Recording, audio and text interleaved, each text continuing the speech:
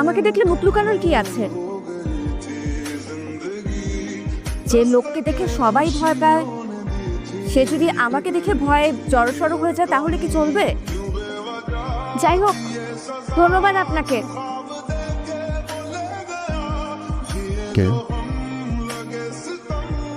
পাত্রপক্ষকে তাড়িয়ে দেওয়ার জন্য। আমি বাবাকে মতো বারণ করেছিলাম, আমার এই বিয়েতে মত ছিল না। বাবা শুনলই না কথা, জোর করে পাত্রপক্ষকে নিয়ে আসলো। তবে এখন না বলাটা আমার জন্য অনেক সহজ হয়ে গেছে, তাই ধন্যবাদ দিলাম আপনাকে।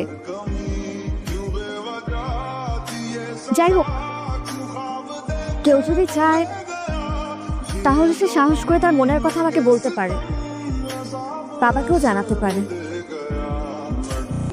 আর যদি সাহস না থাকে বলার, তাহলে যেন সে আমার পিছু না